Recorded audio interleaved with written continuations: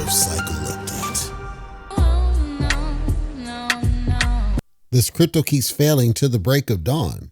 CryptoTalk.fm. My name is Leicester. I am your host. I had to have Eric Badu help me on this one because, all right. Today, we're not talking about Bone. So I was a whale in Bone. I'm not now, but I was a whale in Bone. We're not talking about Bone, but it impacts Bone. Something was brought to attention on CoinMarketCap's community I thought I would share. We're talking about LEASH. I'm going to give you some backstory and the reason this caught my eye and the reason I think you should pay attention if this is all true. I'm going simply off what was reported, so don't come at me. This is what was said on CoinMarketCap, and I'm sharing it. How you interpret it's how you interpret it. It's whatever you want to do with your cash. The story behind LEASH, and I talked about this, if you check back in our archives, I did a coverage per listener request about this Laika, Laika dog crap token. And in there, somebody was doing a rant on Medium, and they did a post, and LEASH was called out. And they called out some interesting stuff, and I thought that was part of the backstory that would be of value for you to hear to know why this message is significant. So when LEASH was first envisioned, we're talking about before it was actually launched, but when it was envisioned, LEASH was envisioned as a Rebase token. A Rebase token, for those that don't know, and if you're new, welcome, but if you don't know a Rebase token it had peaks and spikes across tokens back in 2021. The idea being it would change its total supply according to the demand of the token. So if there's significant sell pressure, as in it's losing its value, the supply would decrease. It would actually literally decrease its supply.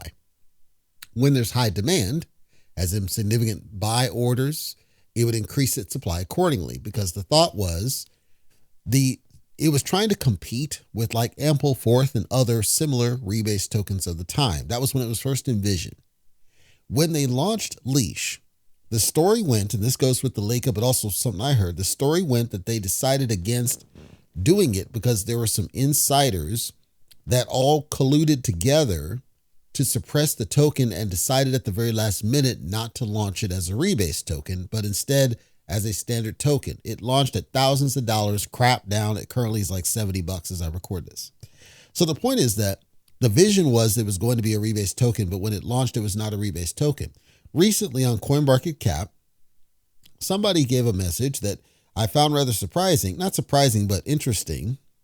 Now, I haven't followed the Discord or any of that kind of stuff, so I don't know. I can't verify any of this stuff, but it wouldn't surprise me given the backstory of LEASH is my point. User The Bored Whale says, quote, "A lot of FUD is going around, so let's clear it up with facts.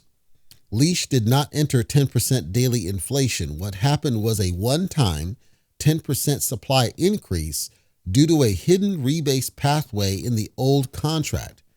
The Shiba Inu team and Call Daria, who I apparently took over for Satoshi Scented Book, already confirmed this in an official post. The supply change came from pre-authorized smart contract logic, not from active developer control."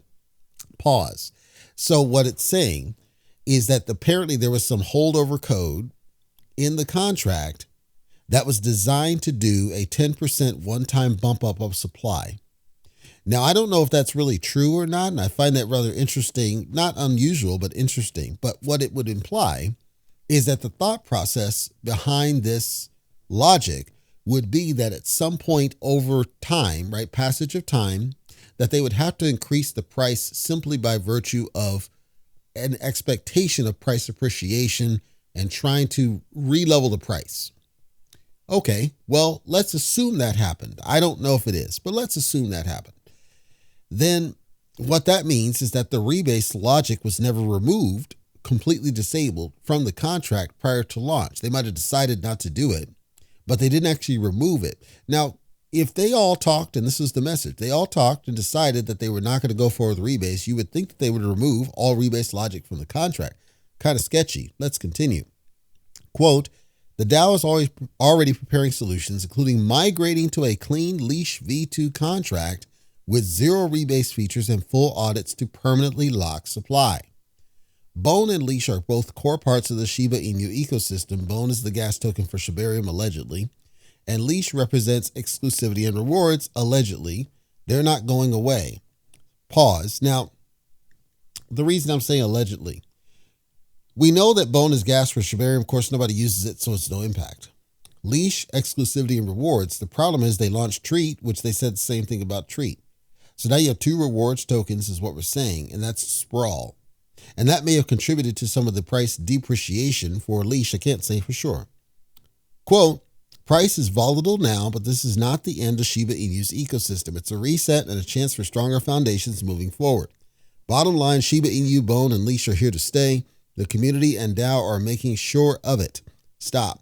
So the allegation here is that something changed with the supply. People got freaked out. I did see on CoinMarketCap's community, the circulating supply says 155.79 thousand LEASH, which is kind of odd because I remember it launched 100,000 LEASH. So certainly indeed there was some LEASH that was apparently created out of thin air. And of course the price, it skyrocketed almost $10,000 and then crapped and was continuing to crap. And it seems like now it's not just Bone.